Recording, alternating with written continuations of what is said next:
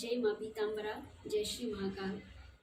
सनातन धर्म प्रेमी भक्तजनों, आप सभी माँ बगलामुखी देवी के साधक सिद्ध महापुरुषों के लिए आज बड़ी ही सटीक और परम लाभकारी जानकारी प्राप्त होने वाली है। भक्तजनों, जो भी भक्त माँ भगवती का जाप करते हैं, माला से जाप करते हैं, और जो भक्त देवताओं का भी जाप करते हैं, भगवान शिव, भगवान राम, हनुमान जी महाराज, शनि देव का, इन किसी भी देवी देवताओं का आप जाप करें माला से, और जिस माला से आप जाप करते हैं उस माला को गले में धारण नहीं करना चाहिए, क्योंकि शरीर मनुष्य का अपवित्र ही होते रहता है, क्योंकि शरीर से 24 घंटे दुर्गंध निकलते रहती है। और आप कितना भी स्नान करके शरीर को स्वच्छ बनाने का प्रयास करें, कितना भी स्प्रे लगा ले, लेकिन शरीर से वह दुर्गंध निकलती ही है। इसीलिए आत्मा की शुद्धिकरण करना चाहिए। शरीर की शुद्धि मनुष्य प्रतिपल करते रहता है, फिर भी असफल होता है। और सफल मनुष्य तभी होता है जिसकी तन की शुद्धि और आत्मा की शुद्धि दोनों हो जाती है। और आत्मा से जो परमात्मा तक मिलाने का जो एक तार जोड़ती है वो माला होती है।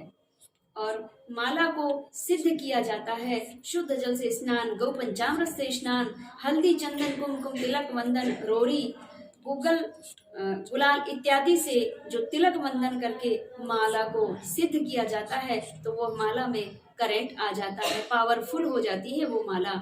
और उस पावरफुल रहित माला को गले में धारण करके अगर आप बाहर घूमने जाते हैं तो नकारात्मक ऊर्जाएं, भूत प्रेत पिशाच भी उस दिव्य तेज भरी माला के आकर्षण बन जाते हैं और आपके इर्द गिर्द होते हैं। फिर आपको ऐसा लगता है कि मैं जाप अनुष्ठान भी कर रहा हूँ, माला से जाप भी करता हूँ, लेकिन मुझे ऐसा लगता है कि नकारात्मक ऊर्जाएं मेरे आसपास भटक रही है। भक्तों, ऐसा लग रहा है, ये पूर्ण सत्य है।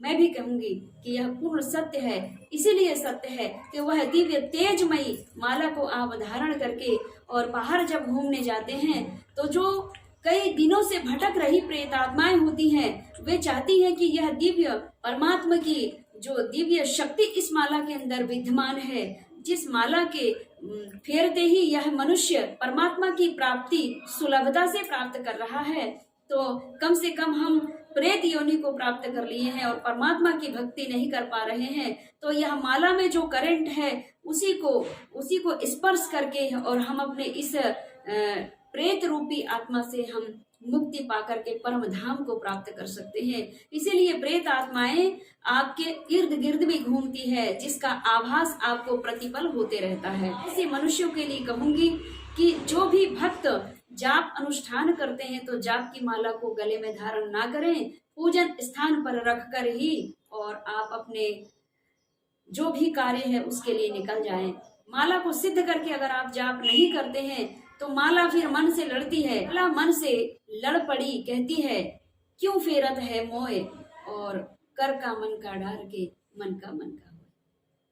अपने मन को, अपनी आत्मा को शुद्धि कर लीजिए, इसके बाद में मुझे फेरिए गुरु परंपरा के द्वारा। इसलिए भक्तों से कहना चाहूंगी कि माला जाप की अलग होनी चाहिए। अगर आपको ऐसा लगता है कि आपको रुद्राक्ष की माला धारण करनी ही चाहिए, हल्दी की माला धारण करनी ही चाहिए, तो उस माला को सिद्ध करके, पूजन अर्चन करके, शुद्ध जल से स्नान करके, गौ पंचामृत से स्नान करके और लगभग 11,000 मंत्र से उस माला को सिद्ध करके और फिर आप धारण करेंगे तो वो आपकी माला तेजोमयी होगी। उसका प्रभाव कुछ और ही होता है, अच्छा प्रभाव होता है। और जो जाप की माला होती है, जिसे आप संकल्प रख के संकल्पबद्ध आप अनुष्ठान करते हैं, तो वो अनुष्ठान की माला आपकी अलग होनी चाहिए। आप आज के प्रसंग में इतना ही।